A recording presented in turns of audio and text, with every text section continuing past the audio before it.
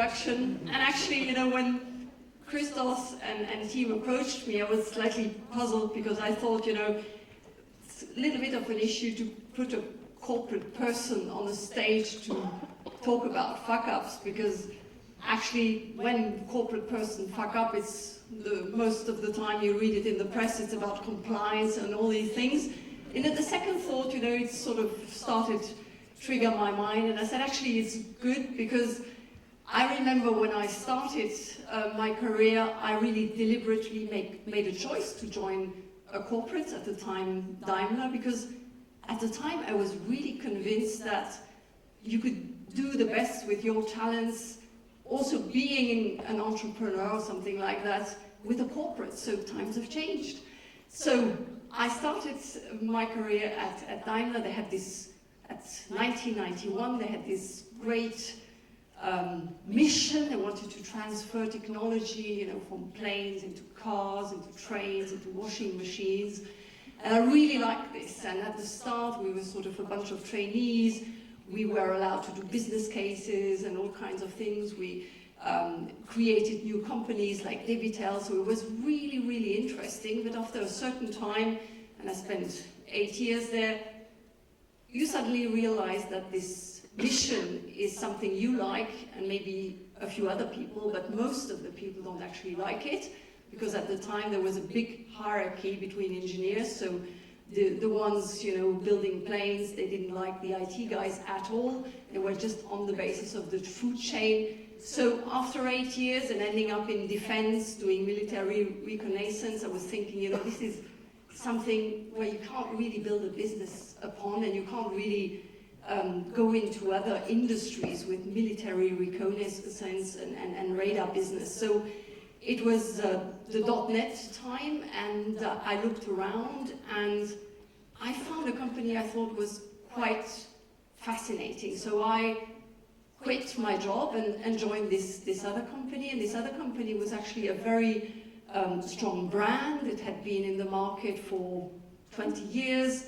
It was founded, the founder was not alive anymore, but there were a bunch of guys there, and this company was actually providing sort of financial services type of consultancy. So it was a consultancy company with a partner structure, and they went public. So 10 guys just went public, and they had this idea of turning this company, this, let's say, company with a strong DNA in finance, work with the big ERP guys and turn it into a system integrator. So they said, you have to join us, we have to completely, you know, change this company, we need somebody like you, we want to internationalize, we have a lot of money. And I liked it, I must admit, I liked it, because I thought, you know, now is my point to really change the world and to be an entrepreneur, but still, you know, being with the old guys.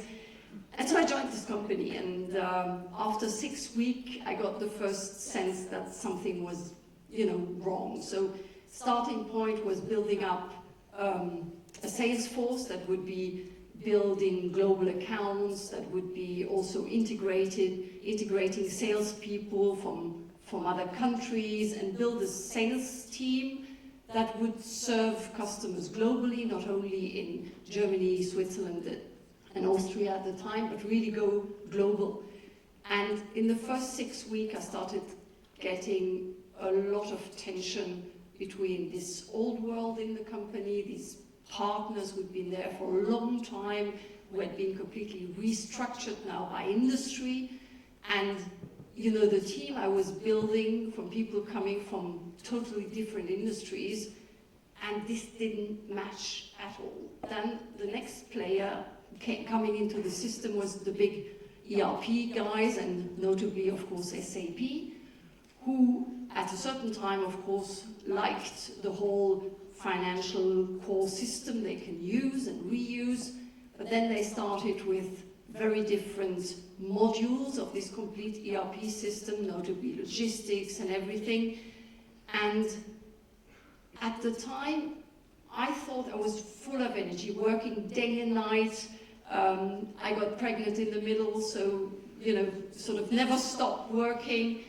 And felt I needed to sell all the stuff from this big ERP guys, and we started really to sell projects to big companies and having projects in the US, in South America, so completely crazy. And the 10 guys, they never worked. So they all had bought themselves a Porsche and felt really marvelously, and then something happened, the stock dropped dramatically.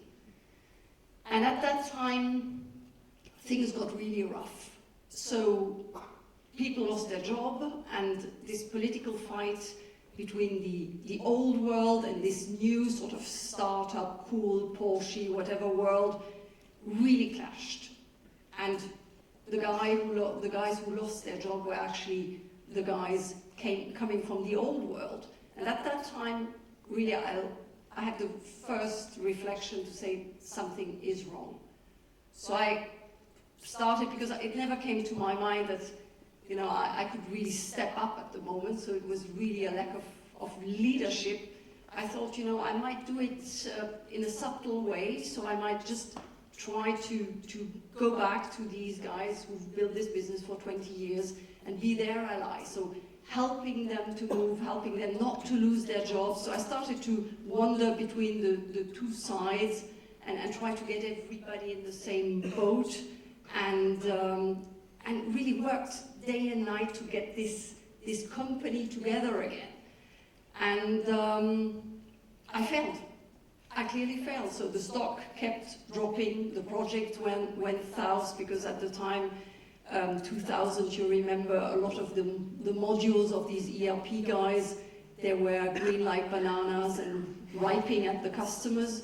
So, you know, customers were disappointed, people were disappointed, and that's the point I sort of started to feel ashamed of myself, but did not really know what to do. And in this time of crisis, where the stock went down, you know, margins were eroding, the 10 guys were still not working, skiing and doing other things, I got the offer to join the board of this company. And I thought, well, why are they asking me to join the board now? And I really didn't even really think about what this actually means. And I by coincidence, met a good old friend and talked about this, what really happened to me. And he said, are you completely crazy? I mean, you are doing something with no purpose. You are working day and night, and are you really thinking about giving away your time to these morons, basically? And it took me 4 weeks, you know, to get to a point through these kind of discussion, also discussing with myself, to really take a decision. And at the time, my son was 2 years old, so you always think, you know, what I'm going to do. Then you start thinking, or I started thinking, how is this going to resonate when I'm looking for the next job? You know, what have I done, you know, to the people I hired? And, you know, I promised to sort of keep them safe and give them work. So that was a very difficult time, really, really difficult. And I had these kind of feelings, a little bit of a victim feeling, which I think is something that, from today's perspective, should really never happen. But finally, after these 4 weeks, I, of course, gladly said that I would not join the board, and I left the company. And it took me, I would say, another 6 months to really sort of digest the whole thing. And it might have taken me another 5 years to really properly reflect at what happened. Because when you're in such a situation, it's really hard to even when you don't have the experience, to reflect on the context, to see actually what's happening. And from this situation, that was very, very painful, because I really feel ashamed what I had done, actually, because I was so full of energy. And at the end, I mean, these 10 guys, I thought they invited me to the board because at least there was somebody working. So somebody doing something, because they were completely lost. And for me, the biggest learning, and this is still a memory that is quite alive, although I've never really talked about it, is the biggest learning was when this friend told me, you know, are you doing something with purpose and importance? Because this was completely unimportant what I was, there was no sense in what I was doing except from helping some people maybe keep their job and doing some selling. I think that's for me the most important takeaway from these nearly 3 years of sort of self-inflicted gulag, just to be there and do something and not fail.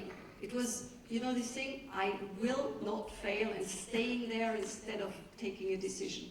So the learning is really, for me, has been only doing things that make sense to me, and certainly not to give up anything. And I still believe today that you can have a corporate career and be an entrepreneur.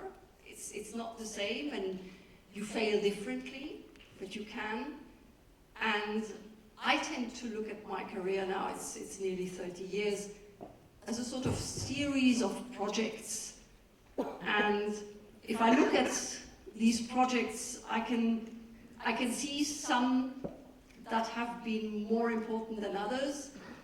And I can also see that today I'm really able to pick the environment I want to work in. I can choose the culture I want to be in, and I can also, you know, make a choice of the people I work with, because these 3 years have been a very toxic environment, and it's actually the worst thing. The failure is one thing, but what a toxic environment can do to you is something that you feel after months and even years, when you live in a culture that is full of filth and dishonesty. This does something to you, and it took me quite a while to understand this, and again, after this failure, learn also to protect myself and to make the right choices, and if I see failure, to fail quick and not to wait for